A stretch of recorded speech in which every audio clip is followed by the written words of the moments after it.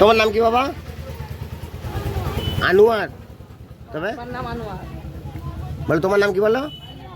হ্যাঁ, কাজী ইয়াদ। তোমার বাবার নাম? কাজী আনোয়ার। বাড়ি তোমার কোথায়? আরামবাগে বাড়ি। আরামবাগে তোমাদের পাড়াটার নাম কি? তোমাদের পাড়ার নাম জানো নি? তোমার মায়ের নাম কি?